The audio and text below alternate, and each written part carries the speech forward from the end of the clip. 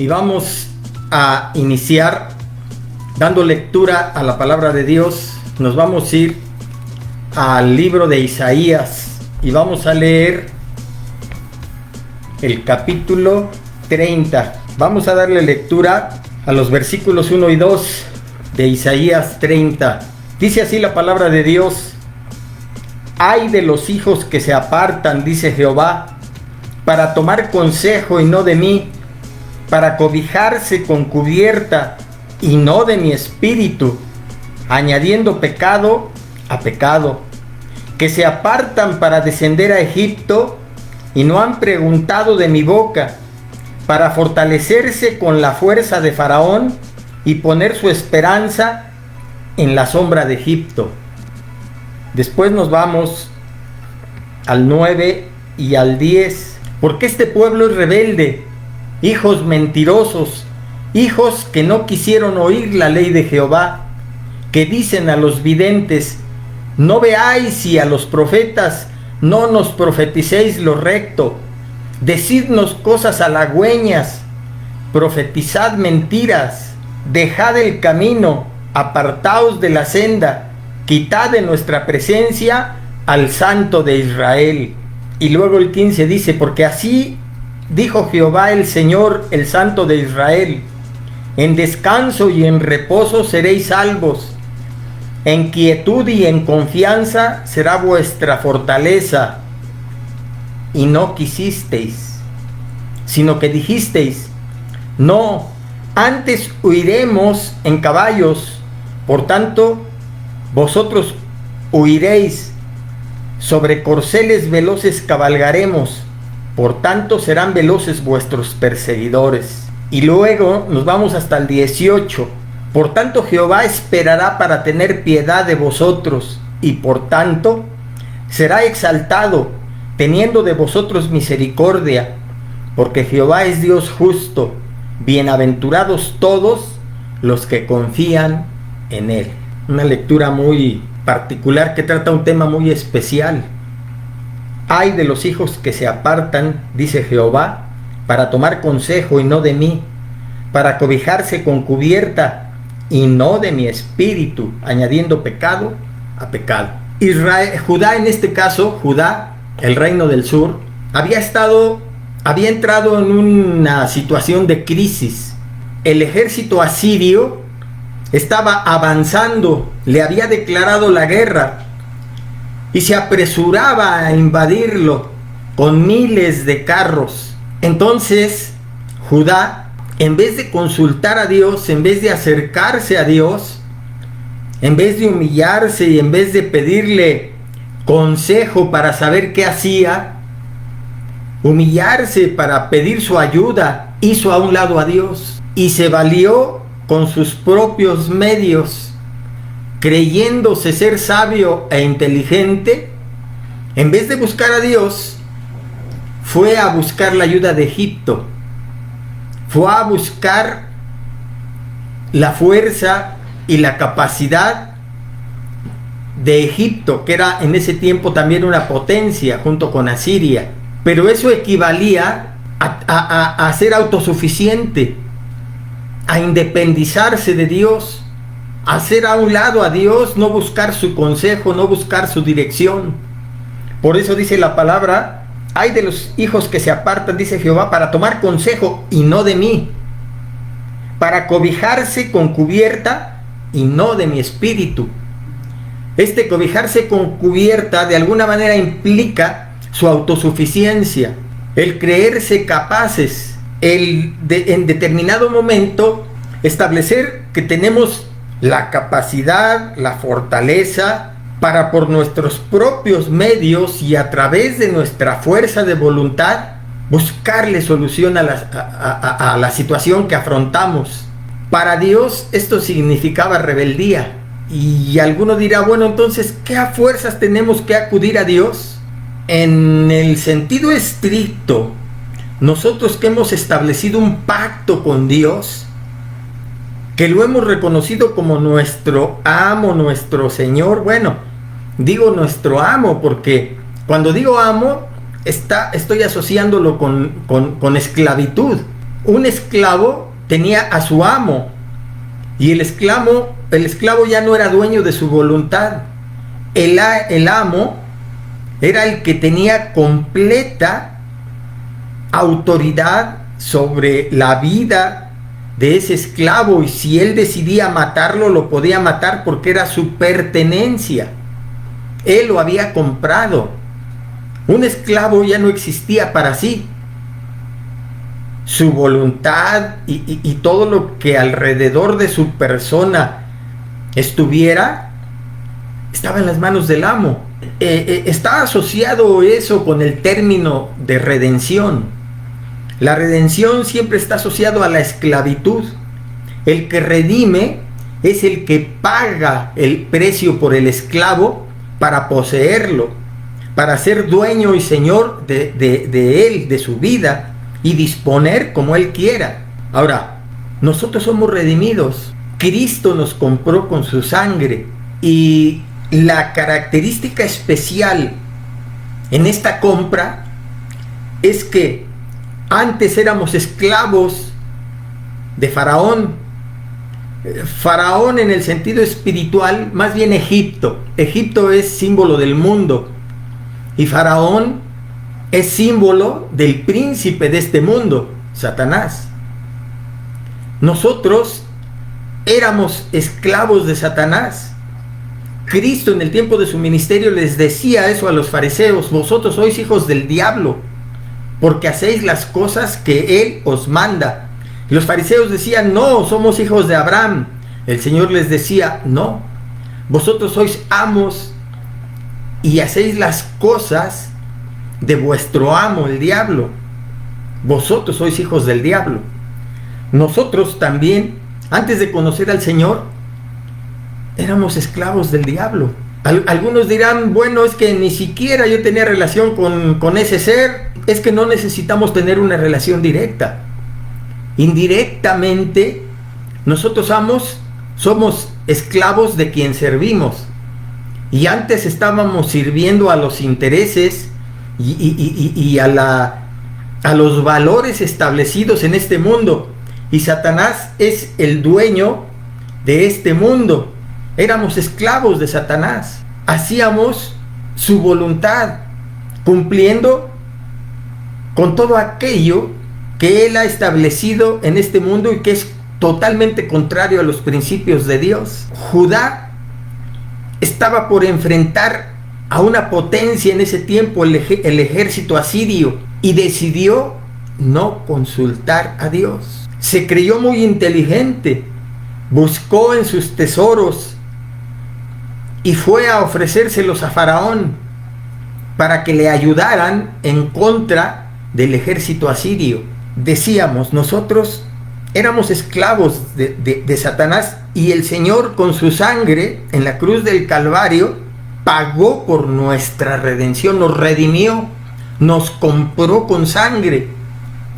Y pasamos, la característica especial de nuestra relación con Dios es que Él no nos obliga a ser sus esclavos. Nos compra y nos da libertad. Y nosotros decidimos si ponernos bajo su autoridad o desecharlo. Y Él nos respeta. El propósito de Él es que voluntariamente nos sometamos a su autoridad y que lo reconozcamos como Señor, que implica como amo. Ahora, en el sentido estricto, a nosotros nos convendría verdaderamente decidir ser los esclavos del Señor, entendiendo lo que decíamos al principio, que un esclavo ya no es dueño de su voluntad. Un esclavo está total y absolutamente dependiente de su amo y está totalmente disponible a la completa autoridad de ese amo. Ahora, a nosotros nos convendría verdaderamente decidir ser esclavos del Señor, pero tiene muchas implicaciones. Son pocos los ejemplos de hombres de Dios que se condujeron de esa manera Y bajo esa directriz, en el Antiguo Testamento, ese ejemplar la conducta de David, quien tenía como prioridad a su Señor, con todo su aspecto negativo, pero es esa parte. Pero por eso David es considerado en un segmento especial dentro de los hombres de Dios. Pocos son los que entran en ese segmento, un hombre conforme al corazón de Dios. Y la característica principal de David era que él tenía como prioridad a Dios. Hay otros profetas que igual, a veces a regañadientes, pero decidieron convertirse en esclavos del Señor. Otro en el Nuevo Testamento es el apóstol Pablo, a tal punto que llegó a decir: ya no vivo yo, mas Cristo vive en mí.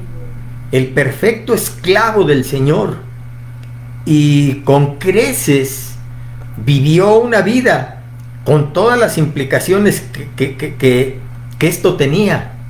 Y cuando él a veces quería saltar y volverse en algunos momentos autosuficiente y desligarse de ese completo yugo de amor y espiritual, pues, pero de alguna manera es digamos un control que Dios tiene, siempre y cuando le permitamos que él tenga control sobre nosotros, y así era Pablo, ¿no? Y en algún momento dice que él oró para que fuese quitado un aguijón que el Señor puso en él. Dice: 3 veces he orado para que sea quitado este aguijón, pero el Señor me ha dicho: bástate mi gracia, porque mi poder se perfecciona en la debilidad. A Pablo eso le costó el decidir ser esclavo del Señor. Por eso decía, ojalá que nosotros verdaderamente fuésemos en ese propósito, que al final es lo que Dios quisiera. Decía el Señor: sed imitadores de mí, sed imitadores de mí. Decía: mi yugo es fácil y ligera mi carga.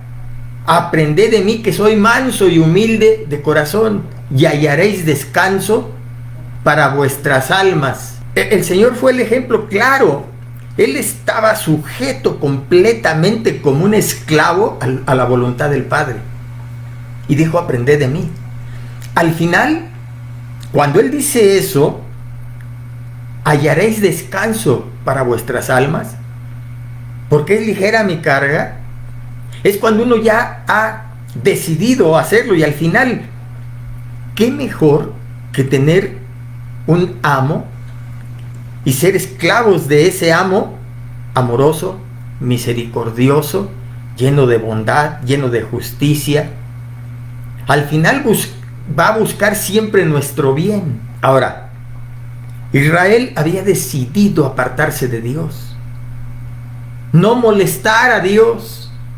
¿Para qué lo voy a incomodar en estos asuntos simples? Y en su pseudo inteligencia, pseudo sabiduría, recurrió a Egipto, y el Señor lo tomó como rebelión.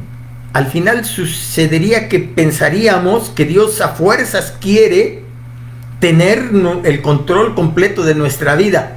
No, no es a la fuerza. Sí, Dios quiere tener el control de nuestra vida, pero que lo hagamos de manera voluntaria. Aún cuando Israel había hecho un pacto con Dios, aún cuando nosotros como iglesia hemos hecho un pacto con Dios, cuando nosotros aceptamos a Cristo como Señor y Salvador de nuestras vidas, establecemos ese pacto. Pero vuelvo a subrayar, aún cuando está establecido ese pacto, Dios no nos obliga a que acudamos siempre a Él y estemos obligados a dejar que Él tome control perfecto de nuestra vida. No es a la fuerza. Debemos de analizar, al final, a nosotros nos conviene, nos convendría convertirnos en completos esclavos del Señor, y siempre buscar en Él el consejo, la ayuda, la dirección, la cobertura. Porque el reclamo de Dios para Judá es: se apartaron de mí y no para tomar consejo, para cobijarse en cubierta y no de mi espíritu, para cobijarse en cubierta, para valerse con sus propias fuerzas, para hacerme a un lado y hacer a un lado el consejo de mi espíritu, y ser autosuficientes y ser independientes, buscar la independencia y la autosuficiencia. Eso jamás lo vamos a poder hacer. A Dios le agrada ver en nosotros que de nuestra voluntad decidamos consultarlo, apoyarnos en Él, buscarlo hasta en lo más sencillo de nuestra vida. Porque Él desea tener completo control de nosotros, desde nuestra cabeza hasta nuestros pies y todo lo que esté en relación a nosotros en nuestro entorno, para nuestra salud, no solo física, mental, espiritual, para nuestra salud también económica, para nuestra salud en cuanto a nuestras relaciones, en cuanto a nuestros anhelos, en cuanto a nuestros deseos, todo lo que conlleve la relación en nosotros. Él se interesa en nosotros como sus hijos. La relación de Dios con nosotros siempre es semejante a la relación que nosotros mantenemos con nuestros hijos. ¿Qué queremos de nuestros hijos? Que crezcan, que maduren, que se desarrollen, que cumplan sus sueños, sus anhelos, sus deseos, que se vuelvan capaces de ser autosuficientes y independientes hasta cierto punto. Bueno, independientes, pero que sigan dependiendo de nosotros, en el sentido sentimental. O sea, nos alegramos de que ellos ya se desarrollen y puedan valerse por sí mismos, que sean en ese sentido autosuficientes, que sean independientes incluso en lo económico, en lo material, en lo emocional, en todo lo que conlleva su integridad como personas, como individuos. Hasta ahí es válido y eso quiere Dios con nosotros.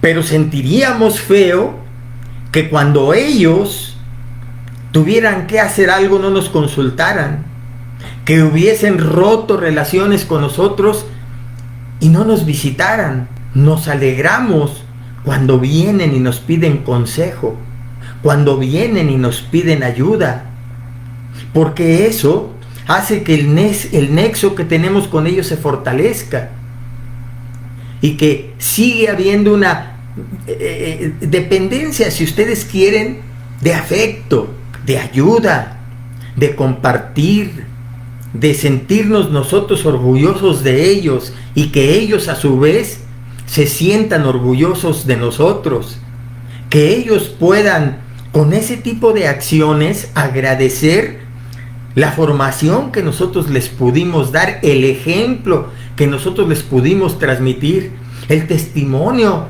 espiritual, el ejemplo que vieron en nosotros, que cuando nosotros también enfrentábamos alguna crisis, alguna circunstancia, nosotros nos dirigíamos a Dios para pedir su ayuda, para pedir su dirección, y confiábamos en su palabra, en sus promesas, y esperábamos en Él.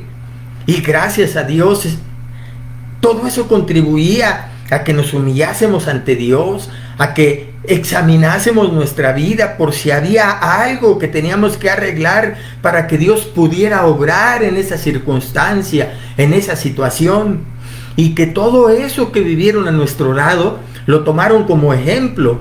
Y ahora que ellos se enfrentan a sus gigantes, ahora que ellos se enfrentan sus circunstancias, puedan a través de ese testimonio y a través de ese ejemplo imitarlo.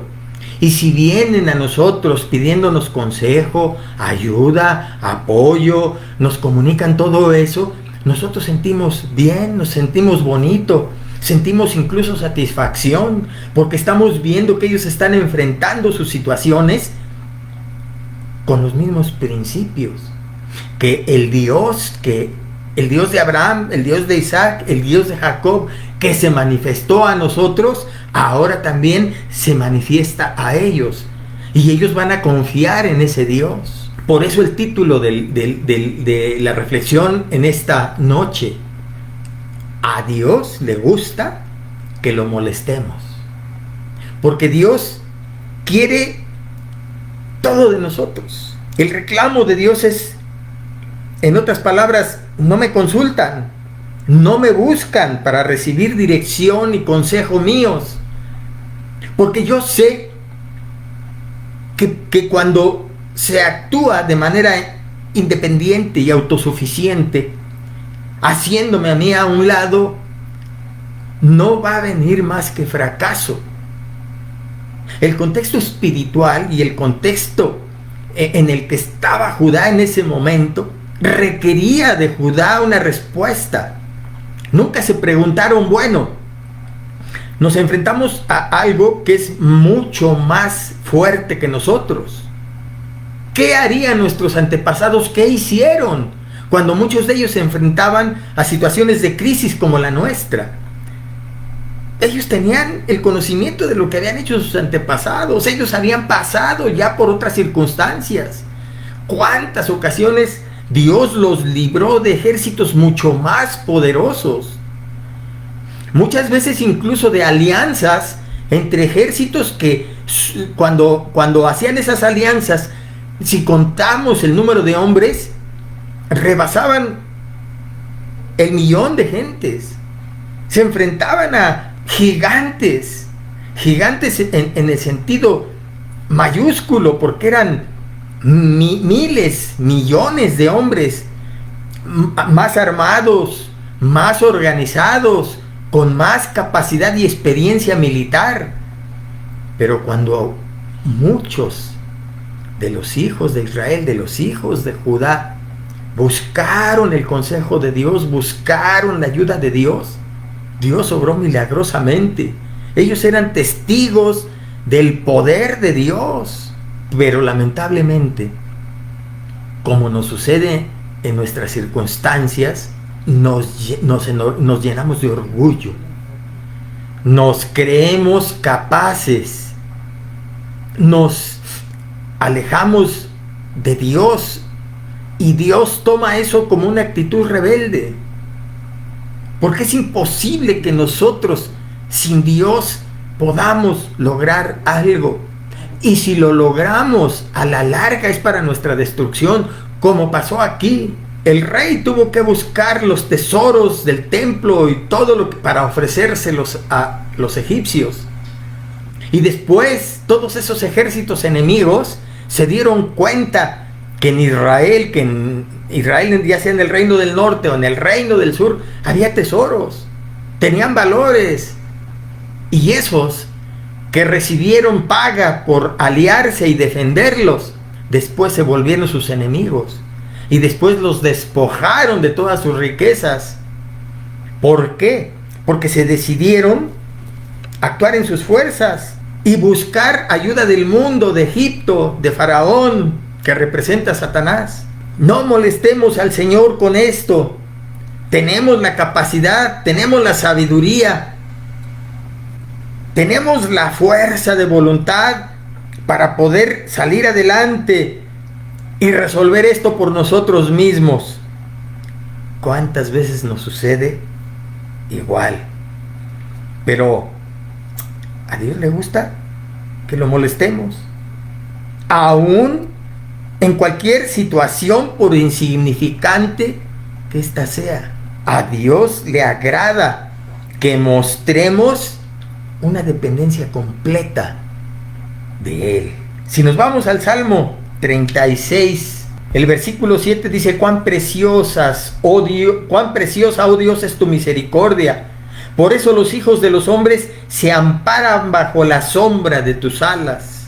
Y el 57, 1: ten misericordia de mí, oh Dios, ten misericordia de mí, porque en ti ha confiado mi alma, y en la sombra de tus alas me ampararé hasta que pasen los quebrantos. Y el Salmo 63, versículo 7 dice: porque has sido mi socorro, y así en la sombra de tus alas me regocijaré. Recuerda cuántas veces el Señor buscaba a Israel, le tenía paciencia, lo aguantó, lo soportó tanto porque lo amaba. El Señor mismo, haciendo alusión a estas lecturas en los Salmos, al final de su ministerio, cuando hay un pasaje que es bien especial, dice, y levantando su rostro, se dirigió a Jerusalén, se dirigió al encuentro de su destino, y pasando por Jerusalén, dice que lloró. Oh, Jerusalén, Jerusalén, que matas a los profetas y apedreas a los que te son enviados. Cuántas veces quise, como la gallina, buscar a tus polluelos bajo tus alas, y no quisiste. Estamos bajo las alas del Señor, estamos bajo su protección, bajo su cobertura. Tenemos a Dios como prioridad. Hemos decidido convertirnos verdaderamente en esclavos del Señor. Buscamos a Dios en cada circunstancia. Hubo un pasaje en el que David se enfrentaba a los filisteos, y por eso decíamos que David es el ejemplo siempre, porque ¿sabe qué fue lo que hizo? Antes de revisar con cuántos soldados tenía, con qué armas o cuáles eran sus fuerzas para atacar al enemigo, independientemente de que lo hacía, claro, pero primero que nada consultó a Jehová para saber si tenía que enfrentar al enemigo. Y el Señor le dijo, enfréntalo porque yo estoy contigo. Pero primero lo consultó, le mostró su dependencia completa, como resultado venció. Pero más adelante volvió otra vez a rearmarse el enemigo, a levantarse de la derrota, a otra vez organizarse y ir al contraataque, tal vez con más soldados, tal vez con más capacidad, tal vez decidido a que ahora no le iba a pasar lo que le había pasado. Y otra vez David.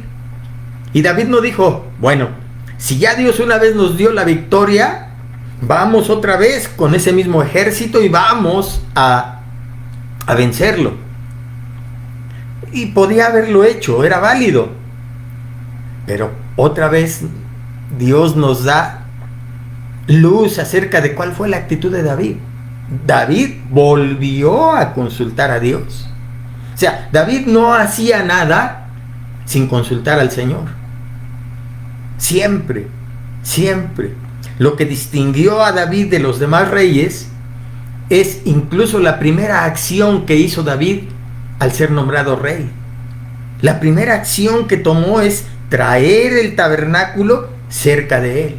De hecho, al final, cuando uno se pone a examinar cuál fue el testimonio de cada uno de esos reyes, tanto de Judá como de Israel, bueno, sobre todo de Judá, porque de Israel todos eran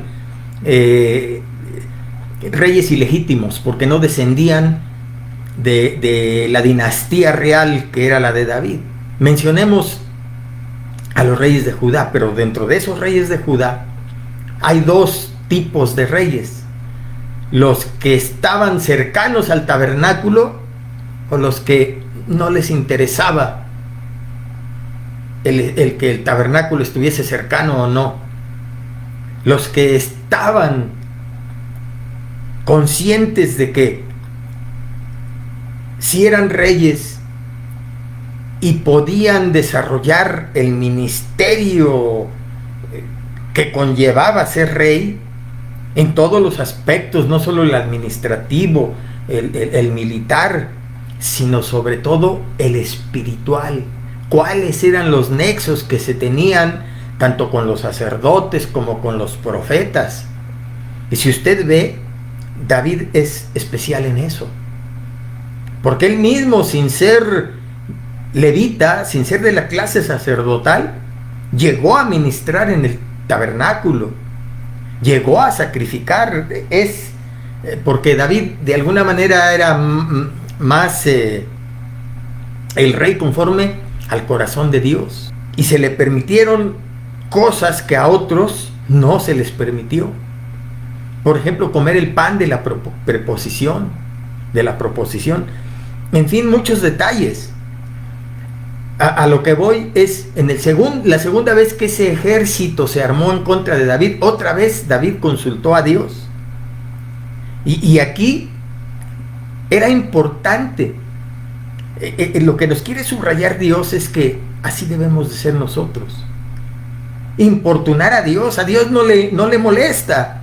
A Dios no le molesta que le molestemos, que lo importunemos, que vayamos a consultarlo incluso por insignificancias. A Él le agrada. Porque en esta ocasión las instrucciones de David fue: no hagas la misma estrategia. Ahora te vas a poner detrás de los árboles y vas a esperar a que el viento sople de tal manera que cuando veas que sopló el viento sobre las balsameras, vas a salir con tu ejército y vas a atacar al enemigo y yo te los voy a dar en tu mano. La estrategia había cambiado. Era importante entonces que David volviese a consultar al Señor. Otra vez, lo que Dios nos quiere dar a entender es que a Él no le interesa que lo importunemos. Él quiere que nosotros le compartamos desde lo más importante de nosotros hasta lo más insignificante, y que caminemos en comunión con Él, pidiéndole consejo, pidiéndole inspiración, pidiéndole ayuda. En el caso de Judá fue su autosuficiencia, fue su deseo de independencia.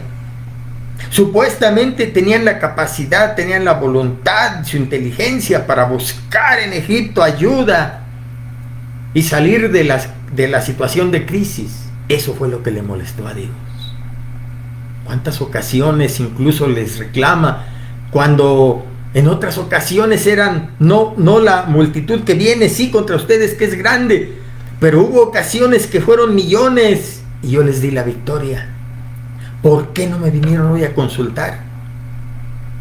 Había, lo más seguro, endurecimiento de su corazón. Habían perdido esa relación y esa comunión con Dios. ¿Cuántas veces a nosotros nos sucede lo mismo? No consultamos a Dios porque nos hemos endurecido, porque nos creemos autosuficientes. ¿Qué sucede cuando buscamos fuera de Dios la solución? Hay un versículo en Jeremías 17:5. Dice la palabra de Dios: así ha dicho Jehová, maldito el varón que confía en el hombre y pone carne por su brazo y su corazón se aparta de Jehová.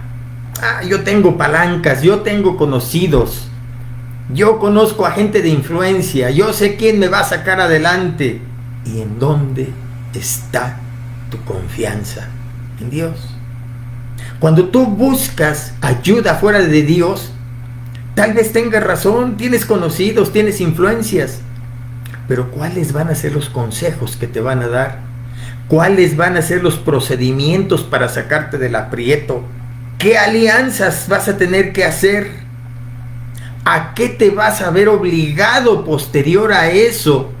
¿Con quién vas a establecer lazos de correspondencia? Porque si te ayudan, en algún momento tú tienes que responder a esa ayuda. Y no va a ser bajo los principios del temor de Dios. Por eso es que Dios se molesta. Porque al final tú te estás alejando de Él. El propósito de Dios como un padre con sus hijos es mantener siempre una relación de amistad, de correspondencia, de ayuda, de compartir, una relación estrecha. Pero tú has decidido rebelarte, porque Dios lo toma así, como rebeldía. Porque Él sabe en qué va a acabar todo.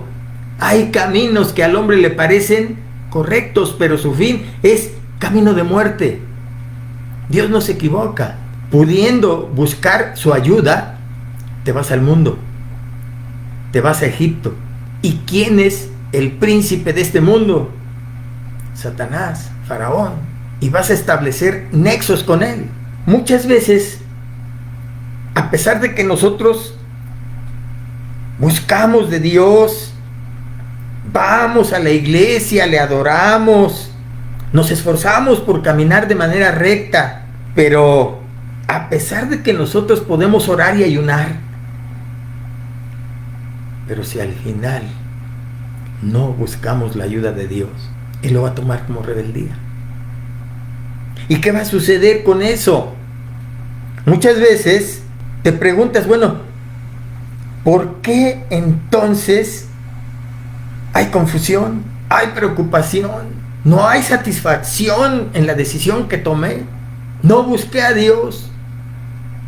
Sí, tal vez se solucionó la situación, superé la crisis, pero ¿por qué hay insatisfacción en mí? ¿Por qué hay duda? ¿Por qué no estoy a gusto? ¿Será por esta razón que seguimos confrontando después batallas en nuestra propia vida, en nuestro trabajo, en nuestro propio hogar, con nuestra familia? A veces incluso también en el mismo ministerio se hacen cosas sin consultar a Dios. Y Dios toma esto como rebeldía, porque sabe que al final, si no viene todo de Él, si vienen cosas del mundo, maldito el hombre que confía en el hombre y pone carne por su brazo y su corazón se aparta de Jehová. Maldito el hombre que confía en el hombre. Dios toma esto como rebeldía porque Él desea que lo consultemos. En la medida que acudamos a Dios, Él se quiere manifestar en nosotros. Dios dice, yo quiero estar involucrado en todo lo tuyo. Desde tu cabello hasta la planta de tu pie, yo quiero ser tu guarda, quiero ser tu protector, quiero ser tu guía, quiero ser tu director. El Salmo 121, si leemos los versículos 4 y 5, dice aquí, no se adormecerá ni dormirá el que guarda a Israel. Jehová es tu guardador, Jehová es tu sombra a tu mano derecha. El sol no te fatigará de día ni la luna de noche. Jehová te guardará de todo mal, Él guardará tu alma, Jehová guardará tu salida y tu entrada desde ahora y para siempre. No dará tu pie al resbaladero, ni se dormirá el que te guarda. He aquí, no se adormecerá, ni dormirá el que guarda a Israel. Mi socorro viene de Jehová, que hizo los cielos y la tierra. Dios quiere obrar. Dios es un Padre vigilante, protector, que tiene mucho gozo en guardar y preservar a sus hijos. Eso es lo que quiere Dios hacer con nosotros. Pero, ¿qué decidimos hacer? A veces decimos, y lo hacemos sin otra intención, ¿cómo voy a consultarle a Dios hasta para esto? Es una insignificancia. No cansaré a Dios con, a veces por detalles tan... No. Dios quiere que lo molestemos. Jesús, obrando en ese sentido, describió, ¿recuerdan ustedes la parábola de la viuda y el juez injusto? Un hombre injusto, malo, perverso, sin temor de Dios, dice la parábola. Y sin embargo, por la insistencia de la viuda, le hizo justicia. Dice el Señor, si ese juez injusto, sin temor de Dios, malvado, le hizo justicia a la viuda, ¿qué será vuestro Padre con sus hijos? ¿Y qué padre, si uno de sus hijos le pide pan, le dará una piedra? Y si le pide pescado, le dará una serpiente. ¿Verdaderamente Dios es nuestro Padre? ¿Jehová es nuestro guardador? ¿Jehová es nuestra sombra a nuestra mano derecha? Otra vez, El Señor nos quiere dar esa imagen. Él nos quiere proteger, nos quiere cuidar, se quiere involucrar en todo lo que somos nosotros. ¿Se lo permitiremos? ¿Iremos a Él? ¿Por qué no acudimos muchas veces a Dios? Porque sabemos muchas veces que estamos mal. Porque sabemos que no hemos cumplido con nuestra parte. Porque sabemos que tal vez haya algún obstáculo que nosotros no hemos querido remover. Hemos fallado a sus mandamientos. Hemos fallado en alguna cosa. Nosotros sabemos que eso impide que la bendición de Dios pueda fluir. Y por eso mejor acudimos al hombre. Desdeñamos a Dios. Cuando hay autosuficiencia, cuando hay independencia, Dios lo toma como rebeldía. Porque lo estamos haciendo a un lado. Dios quiere manifestarse en nuestra vida. A mí me conmueve, ya para terminar, cuando leíamos Isaías 30, el versículo 18, el versículo 30, capítulo 30, versículo 18. Dice: por tanto Jehová esperará para tener piedad de vosotros, y por tanto será exaltado, teniendo de vosotros misericordia, porque Jehová es Dios justo. Bienaventurados todos los que confían en Él. Jehová esperará para tener piedad, esperará para tener misericordia. Ve usted que era el tenor de Israel. Siempre Israel fallaba, no era fiel, no le buscaba, no le obedecía, era idólatra, lo cambiaba por otros dioses, y a pesar de todo, el Señor siempre esperaba para tener piedad y tener misericordia de Israel. Lo mismo hace con nosotros. El propósito de Dios es esperarnos. Muchas veces Él permite que nos tropecemos, que nos demos con la pared, y entonces solamente así acudimos a Él. Lo peor es que lo tomamos como última opción, porque además, ¿qué implica el buscar y pedirle consejo? El buscar y pedir dirección, aún en las cosas más insignificantes, implica tener comunión con Él, implica tener acercamiento con Dios, implica, como dice Hebreos 6:12, no os hagáis perezosos, sino imitadores de aquellos que por la fe y la paciencia heredan las promesas. ¿Queremos bendición? ¿Queremos que Dios obre en nuestra vida? Tenemos que buscar consejo de Dios hasta en las cosas más insignificantes. Si tenemos que ir y confesarle algo, ir y pedir perdón, ir y reconocer cosas que impiden que tengamos esa relación con Él, tenemos que hacerlo. Dios desea lo mejor para sus hijos. No os hagáis perezosos, sino imitadores de aquellos que por la fe y la paciencia heredaron las promesas. A eso nos está llamando el Señor. Requiere de nosotros. Pero con todo esto siempre es para que tengamos otra nueva concepción de lo que es Dios, y que somos afortunados en que Él nos haya escogido, en que Él haya abierto sus alas y nosotros hayamos decidido, como los polluelos, meternos bajo esa cobertura. Alzaré mis ojos a los montes. ¿De dónde vendrá mi socorro? Mi socorro viene de Jehová, que hizo los cielos y la tierra. No dará mi pie al resbaladero, ni se dormirá el que te guarda. He aquí, no se adormecerá, ni dormirá el que guarda a Israel. Jehová es tu sombra a tu mano derecha. El sol no te fatigará de día, ni la luna de noche. Jehová guardará tu camino, guardará tu entrada y tu salida desde ahora y para siempre. Como siempre, Dios es magnánimo en cumplir con la parte del pacto, del acuerdo que establecimos con Él.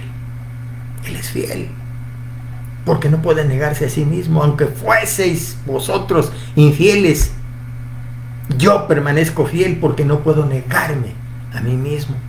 Con amor eterno te amé, por tanto yo te prolongué mi misericordia. Por tanto Jehová esperará para tener piedad de vosotros y mostrar su misericordia, para ser exaltado como Dios justo. Bienaventurados todos los que confían. Vamos a hacer una oración para terminar, hermanos. Padre bendito, Señor amado, tú eres un Dios fiel, un Dios grande, un Dios poderoso, que tiene misericordia de tus hijos, que así como tú obrabas con Judá, Señor, reclamándoles que no te consultaron, que no te buscaron.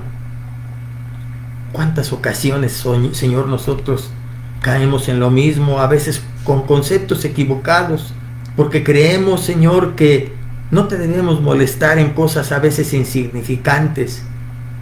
Pero tú, Señor, en tu palabra nos das a entender, Señor, que tú quieres que te molestemos, que te importunemos, que insistamos, que oremos de día y de noche como aquella viuda, que importunemos hasta que tú digas: para que ya no moleste, les voy a hacer justicia. Tú quieres, Señor, que nosotros establezcamos una relación contigo y que abramos nuestro corazón y nuestra vida para que tú, Señor, la controles y tomes dominio de ella con la plena conciencia y voluntad de que lo queremos así, porque de otra manera tú nos respetas. Pero tú sabes que al final, Señor, cuando no es de ti, cuando no viene de ti la ayuda, cuando no obramos de acuerdo a tus propósitos, a tus valores, y eso solamente tomados de tu mano y en acuerdo contigo, todo sale mal. O puede salir momentáneamente bien, pero a la larga adquirimos compromisos con el mundo, con las personas. Tú eres claro en tu palabra: maldito el hombre que confía en el hombre y pone carne por su brazo, porque eso significa, Señor, que nuestro corazón se ha apartado de ti. Permite, Señor, tomar el ejemplo de esos hombres que por la fe y la paciencia lograron, Dios mío, heredar las promesas. Permite que seamos así, Señor, ayúdanos, porque la tendencia humana es esa, la confusión es esa, o a veces hasta el no querer supuestamente molestarte cuando tú nos estás diciendo que tú estás dispuesto a ir con nosotros en todo lo que nosotros seamos, hasta en lo más insignificante, que pidamos tu ayuda, tu consejo, tu apoyo, porque tú estás dispuesto, Señor, a ser nuestra sombra, nuestra mano derecha. Bendícenos y ayúdanos, Padre, porque solamente en ti podemos encontrar respuesta a los dilemas de la vida, a las crisis que se presentan en nuestras vidas, Señor, en estos momentos de incertidumbre, de carencia, de necesidad. Tú quieres meterte hasta lo más profundo de nuestra ser y obrar, Señor, y manifestarte y ser nuestro protector, ser nuestro ayudador, ser nuestro consuelo, ser nuestro proveedor en todos los aspectos, Señor, no solamente material, sino física, mental, espiritual, emocional. Tú quieres manifestarte a nosotros como el Dios que eres, con todo tu poder, con toda tu gloria, con toda tu majestad, pero de una manera sencilla, amorosa, en misericordia y en amor. Bendice a cada uno de mis hermanos, Señor, que componen tu iglesia. Bendice a aquellos que han de venir a tu conocimiento en tu iglesia, Padre bendito. Que cada uno de nosotros podamos dar testimonio de lo que tú quieres, has hecho, de lo que tú sigues haciendo y de lo que tú harás en nuestra vida. Que podamos, Padre Celestial, traer a tus pies, como tú dices en tu palabra, todas nuestras cargas, porque dices en ella que tú tienes cuidado de nosotros. Nuestros anhelos, nuestros deseos, nuestras necesidades. Vienen cosas que no conocemos, que tú nos adviertes, pero el mundo sigue corriendo, las vidas siguen corriendo, y tú quieres manifestarte en cada circunstancia, en cada situación, en cada vida, en cada familia, en cada seno del hogar, Señor. Bendice a mis hermanos, Padre, a los que están escuchando, a los que han permanecido, a los que no han escuchado, que forman parte de la iglesia. Manifiéstate, Padre Celestial, suple las necesidades, Padre. Aquellos que están enfermos, Padre, sánalos, Padre bendito. Que ellos sepan que tú eres nuestro Jehová, nuestro sanador. Aquellos que están en busca de trabajo, Señor, concédeselos. Aquellos que han perdido trabajo, Señor amado, tú dales un espíritu, Señor, de confianza en ti, y que tú vas a suplir y que tú vas a abrir, Señor, empleos, oportunidades. Aquellos que están estudiando, Señor, que no desfallezcan, que se afirmen en ti. Tú eres un Dios que abre puertas. Manifiéstate en tu iglesia, Dios mío. Ayúdanos, que tengamos hambre de ti, para que podamos, Señor, buscarte y clamar a ti, Señor. Tú dices en tu palabra, clama a mí y yo te responderé y te enseñaré cosas grandes y ocultas que tú no conoces. Pero tenemos que clamar para que tú puedas obrar, que tú te puedas hacer realidad en nosotros, porque dices en tu palabra que el que pide, recibe, el que busca, halla, y el que llama, le será abierto. Confiamos en ti, Padre Celestial. Todo esto te lo pedimos en el nombre que sobre todo nombre, en el nombre de tu Hijo amado Jesucristo, a quien damos la honra y la gloria por siempre. Amén. Dios les bendiga, hermanos.